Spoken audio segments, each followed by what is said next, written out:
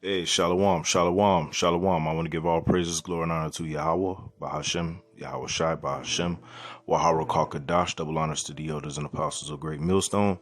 Peace, many blessings, and salutations to the hopeful elect, the house of David, the Bayaf that will die, for whom these epistles are written for in these last days. Shalom to the elect. Just came across an article. Wanted to bring it out to you. Pray that this lesson is edifying for those of you who can receive this message. All right, so we're not gonna hold off. We're not going to take too long. Just gonna go straight into it. So this is from the week. It says, "Are we heading for World War III?" Now, obviously, we know that through prophecy that we're obviously heading through World War III with the buildup on the border of Russia with Ukraine. Okay, Ukraine being used as a pawn by the United States.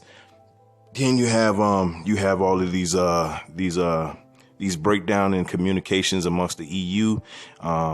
Turkey basically telling America to F off. You got these different countries that were at once very much allied to America are now that relationship is starting to wane. All right, so let's go into the article. Obviously, we know that World War III is coming. We know that these things have taken place because through the spirit and power of Yahweh, Bahashem Yahweh Shai, it's clear to see. You cannot see it, right? It says, as tensions ramp up between the West and its antagonists, Russia and China, fears grow that proxy wars could soon develop into wider armed conflict. That's right. So we already know eventually this conflict, when you listen to Vladimir Putin, okay, it's clear to see that he's being raised up. He's being raised up by the Heavenly Father. Let's get there, by the way.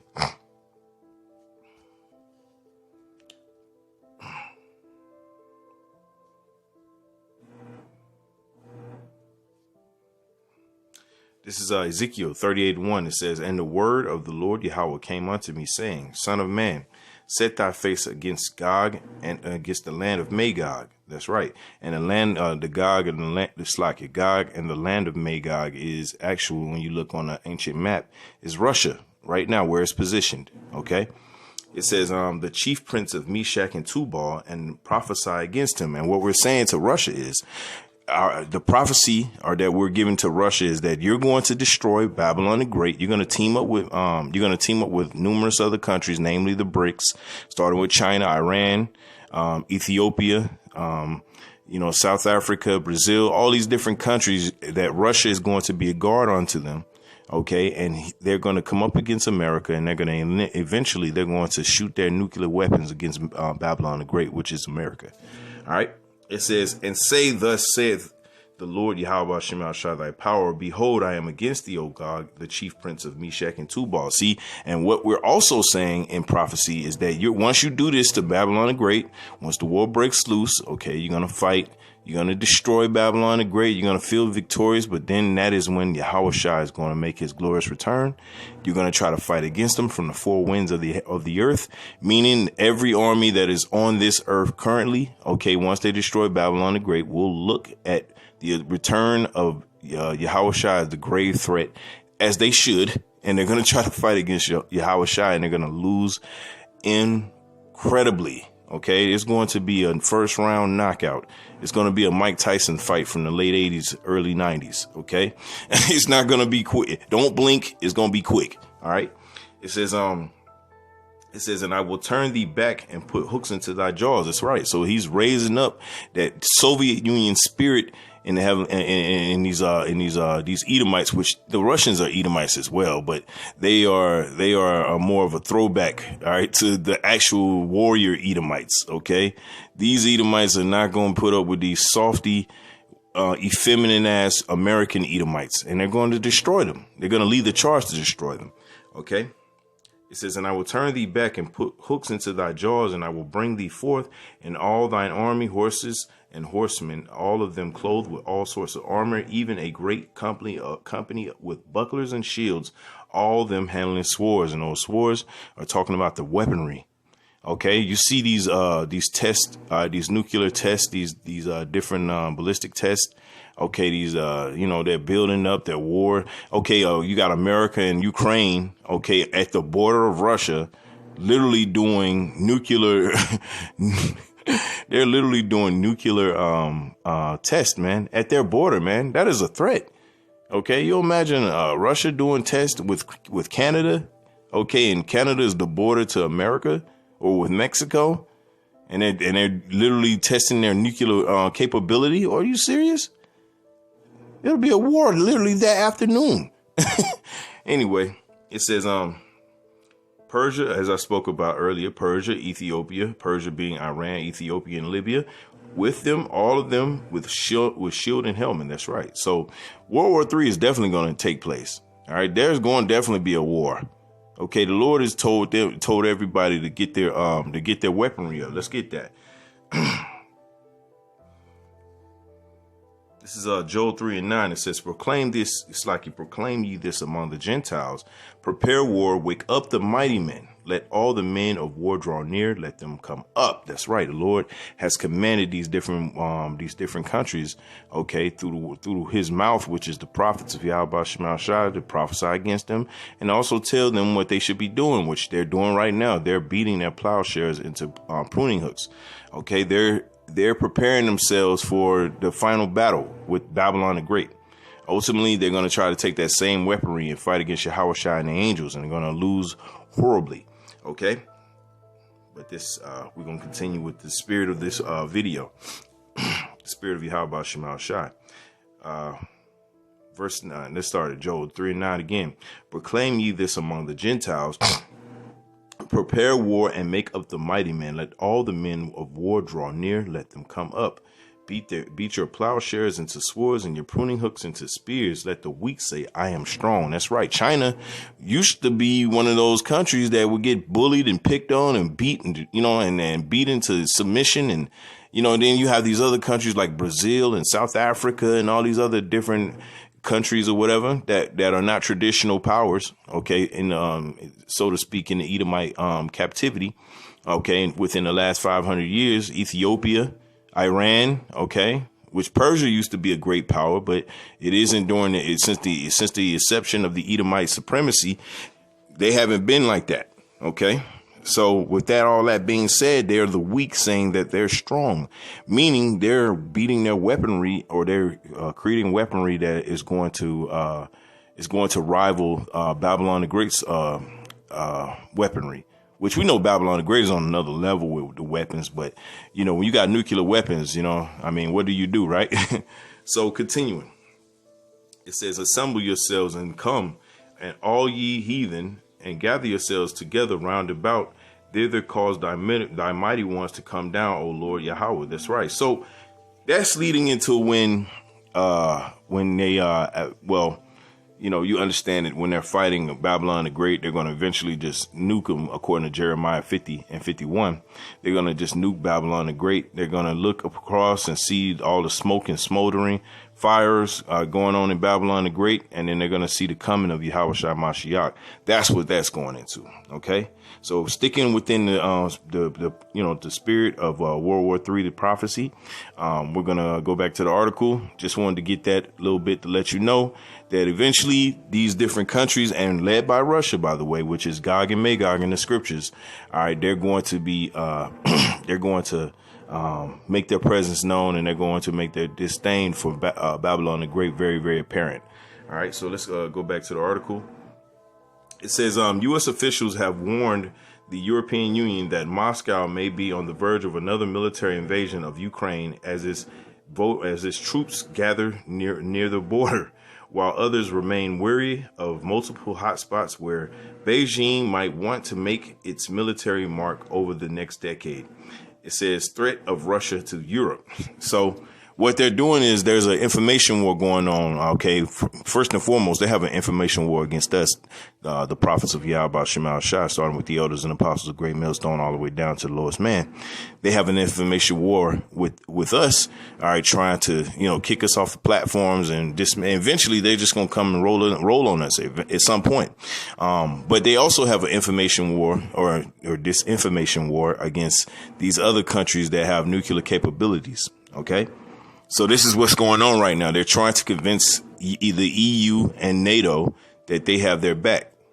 But we know that's not true. It says threat to Europe. It's like a threat of Russia to Europe. It says a buildup of Russian units, artillery, and tanks along the border of Ukraine over the past month has prompted fears of a new invasion. Although Russia denies it has any such intention, said Politico. It says ahead of talks in Brussels on the escalating crisis, Ukraine Foreign Minister Dmytro Kuleba warned the situation is seriously deteriorating. It says the current developments should be seen in context. Back in the spring, Russia rolled out camps, installed radio capabilities, put missile systems along our border. They are all still there. And all they need to do now is to bring people in and give them orders to operate all this. This is why this situation is so dangerous. He told the political news site. Kuleba met the head of NATO, Jens Stoltenberg, who afterwards indicated that it's important to stop tensions from sprawling out of control, said the BBC. It says we see an unusual concentration of troops, and we know that Russia has been willing to use these types of military capabilities before conduct aggressive actions against Ukraine, Stoltenberg said. According to Ukrainian President Volodymyr Zelensky, yeah, I said it right, I think. It says there are some 100,000 Russian troops amassed on the border, slightly fewer than an entire regular full-time British Army personnel. It says Ukraine and the West have also pointed the finger at Russia for the migrant crisis on the border between Poland and Belarus. Since the Belarusian government has been accused of causing the crisis by encouraging migrants from the Middle East to come to Belarus and then taking them to the border, said DW. Polish Prime Minister Mateusz Morawiecki has accused Russia of being the mastermind behind the crisis, with Belarusian President Alexander Lukashenko a key ally of Russian President Vladimir Putin. That's right. So you see all these things are being taking place. You see the story that's being lined up. The Lord is telling them to beat their plowshares into pruning hooks. He's telling the weak to be that there should be strong. Okay, that hey, this is Joel 3:9 all together. Okay, and what is it going to all lead to? Well, let's get it. What is all this building up of the war, of all this taking place? Well, let's just get Revelation first. We always get that. This is Revelation 9:12. It says, one woe is past, and behold, there come two more woes hereafter. It's like there come two woes more hereafter. That's right. So we understand World War I. Okay. Hey, man, Esau, when he have wars, man, it's all across the planet, man. All right. He wants to have an intergalactic war. All right. Well, how about Shemal Shah? But it's not going to go the way he thinks it's going to go. Okay, it's going to end with him being in chains, okay, in slavery, okay, 1,000 years, all right, of hard labor, okay, you know, and ain't no way, and there ain't no plea bargaining. You can't plead NOLO to what Yahweh Shemal Shah got for you, okay.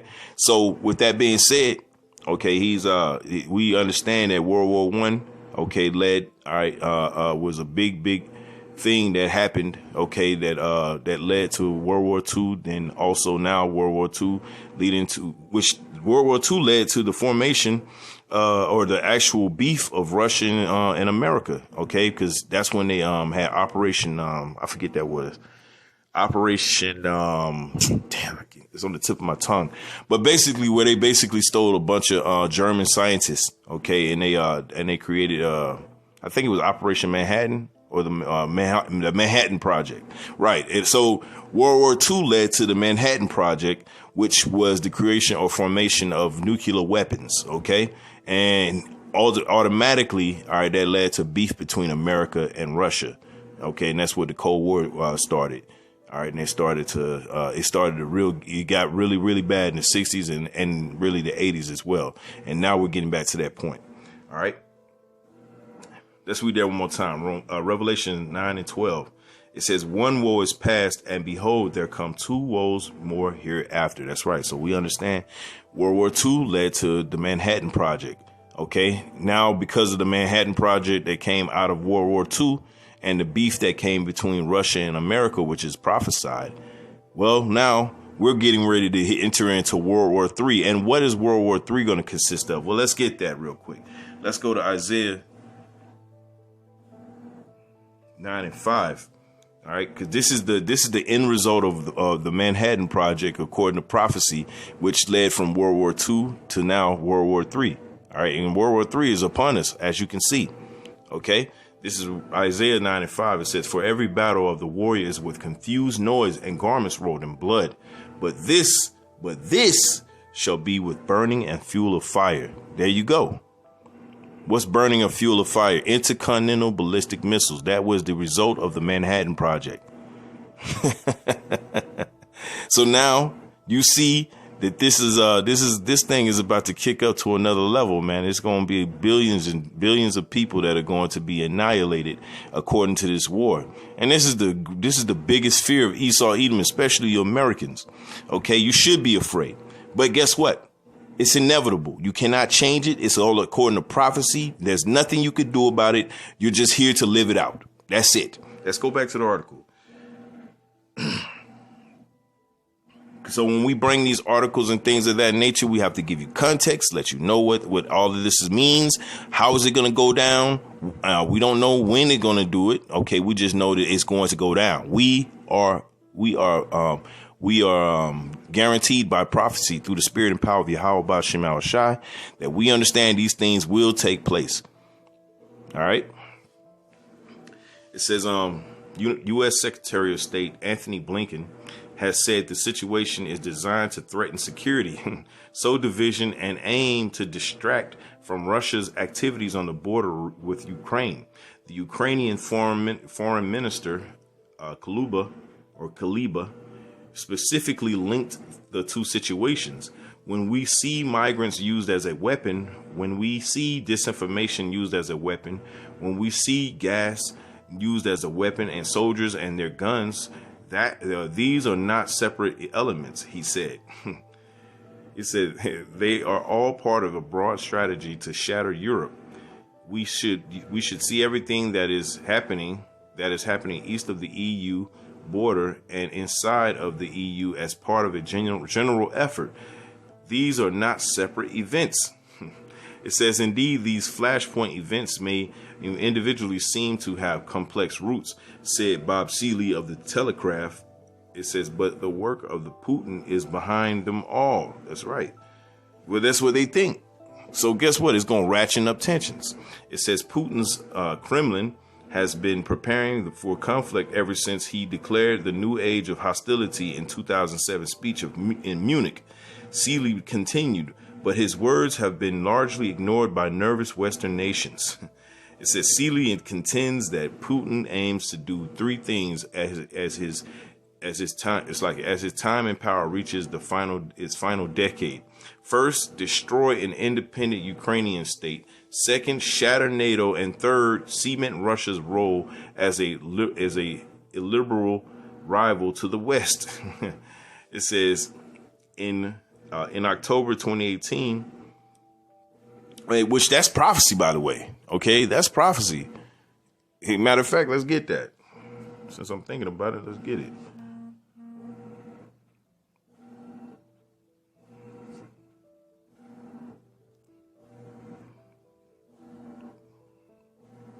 I think it's I don't know.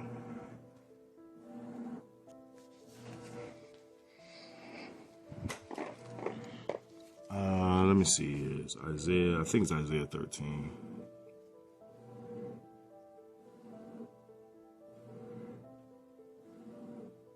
Oh yeah, Isaiah 13:5. It says they come from a far country, from the end of heaven, It's like even the Lord Yahweh and the weapons of his indignation to destroy the whole land. That's right. Matter of fact, let me start at 4.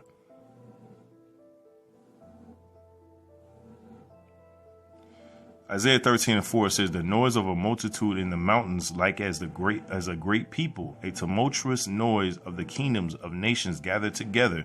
The Lord Yahweh of hosts mustereth the host of the battle. That's right. So he's bringing these different countries together, man, and they're coming up against Babylon the Great. And now now Babylon they're forced to so-called defend themselves.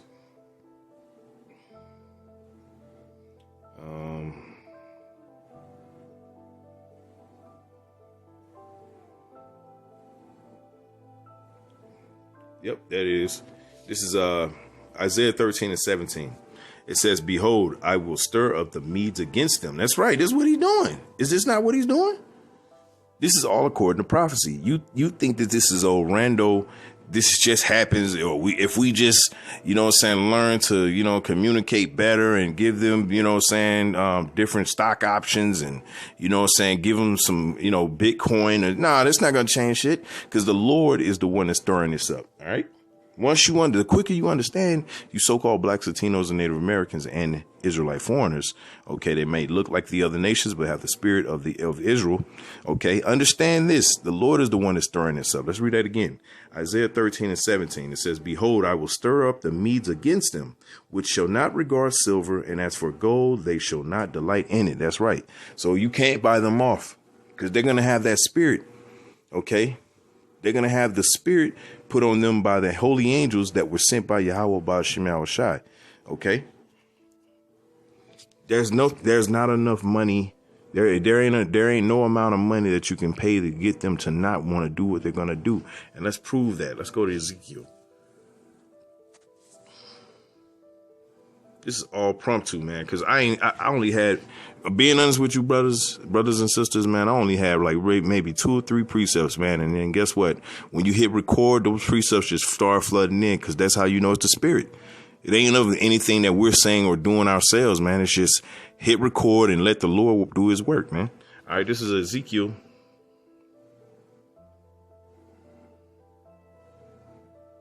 Let's see, Ezekiel 38 and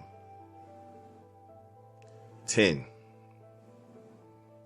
This is Ezekiel 38 and 10, because eventually, okay, you're gonna try to buy them off. You're gonna try to say, hey, look, can we do this? We can kind of do this, and then Russia's gonna keep rebuffing. They're gonna keep putting you off, and eventually they're gonna just say, you know what, F it. This is Ezekiel 38 and 10, and it's all according to prophecy.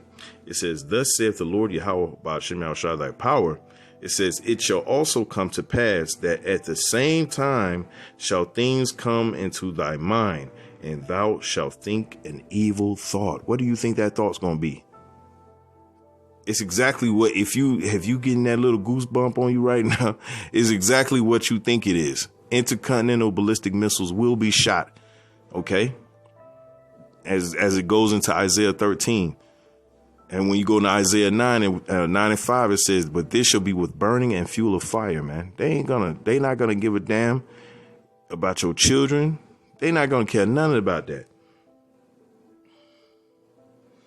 And it goes into it. Verse 11, it says, and thou shalt say, I will go up to the land of unwalled villages. That's you, America. You're the land of unwalled villages. Why do we say that? Well, obviously, because you are at rest at this point. You think everything's all good. You think your military is the greatest, which it is. It's the greatest military in Earth's history. But here's the thing. See, you can't fight everybody by yourself, but that's what you're going to try to attempt. You know why? Because Obadiah 1 and 3 was written for a reason. All right. The pride of your mind, of thy mind, have deceived thee, O daughter of Edom. Okay. Your prideful pride, all right, will deceive you into thinking that you can somehow defeat everybody on the earth and subdue them and have America live on forever. That's not what the scriptures say, though. All right. Verse 11, Ezekiel 38 and 11, it says, and thou shalt say, I will go up to the land of unwalled villages. I will go to them that are at rest. That's where you are. You're at rest right now. And these heathen are these Russia, China, Iran, South Africa, Ethiopia, Brazil, these different countries, and eventually your own allies, the EU, NATO, they're going to turn against you. They're going to turn against you. OK, and they're going to make their aggression very, very, very apparent. All right. Let's finish off in 11. It says, and I shall say, Slacky, and thou shalt say, Slacky. And thou shalt say, I will go up to the land of unwalled villages. I will go to them that are at rest and that dwell safely. All of them dwelling without walls and having neither bars nor gates. And he's going to shoot them nukes. That evil thought. They're going to send them nukes, man. And they ain't going to think nothing about your children. Okay. Matter of fact, it goes in that to Isaiah 13. They ain't going to think nothing about your children. They ain't going to think about your future. They ain't going to care nothing about your 401k. They not going to give a damn about your about your Bitcoin stack. All right. They not going to care nothing about your savings account. They ain't going to care nothing about that. It's going to be blood. It's going to be dog eat dog. Okay. Isaiah 13.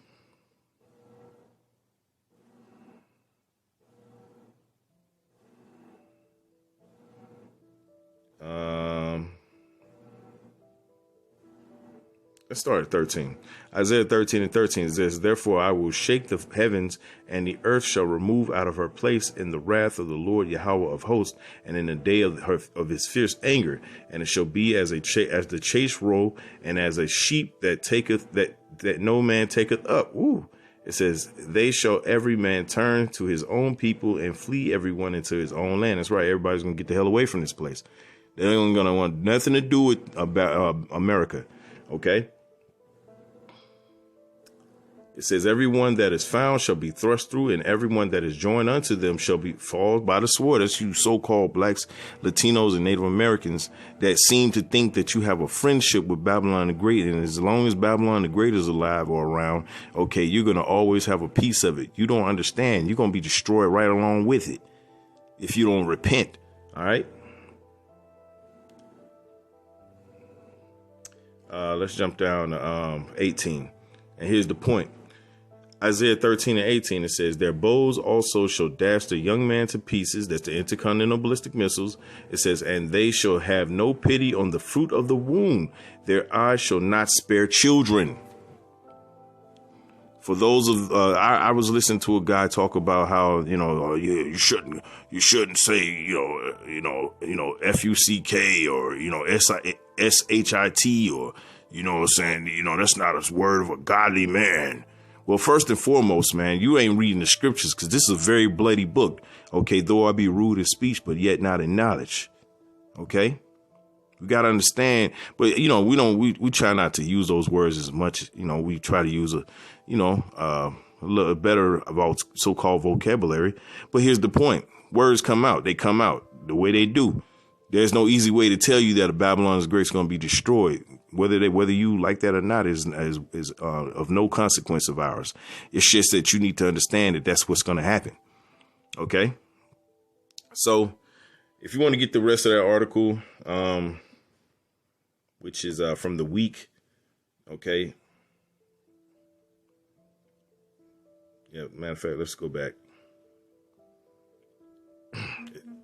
It says Seeley contends that Putin aims. Well, I already read that. It says in October 2018, Ukraine's then President Petro Poroshenko voiced his concerns about a possible full-scale war with Russia following the seizure of 3 Ukraine naval ships in the Azov Sea. It says the Guardian reported that after opening a bridge across the Kerch Strait, Russia had gradually brought the entire area under its control, causing severe economic damage to Ukrainian trading ports. The Dominion, combined with Russia's previous advances in Eastern Europe, or eastern Ukraine prompted calls for the West to respond. At the time, the British Army's Chief of the General Staff, General Mark Carleton Smith, told the Telegraph, Russia today indisputably represents a far greater threat to our national security than Islamic extremist threats such as Al-Qaeda and ISIS. U.S. and China. Rising tensions between China and the U.S. were dialed down after a virtual conference was held between the two world powers this week. U.S. President Joe Biden and China's leader Xi Jinping held 3-hour talks in a virtual summit that yielded little concrete action, said the New York Times. Yet the two leaders expressed a willingness to manage their differences in a way that avoided conflict between the world's two largest powers. So you see now Babylon the Great is trying to position itself as a great unifier, but everybody sees you for the piece of shit you are, America, and you're eventually going to be set out on the side, and then everybody's going to shoot their nukes. Now, I'm end the video now. I pray this lesson was edifying. I didn't want this to go too long, but you get the point, the gist of what's going on. Everybody sees you as the problem. Eventually, they're going to mount up, and they're going to take their nukes and shoot them at you, according to Jeremiah. I want to give all praises, glory, and honor to Yahweh, Bahashem Yahweh Shai, Bahashem, Wahara Kalkadash, double honors to the elders and apostles of Great Millstone. Peace, many blessings, and salutations to the elect. Shalom.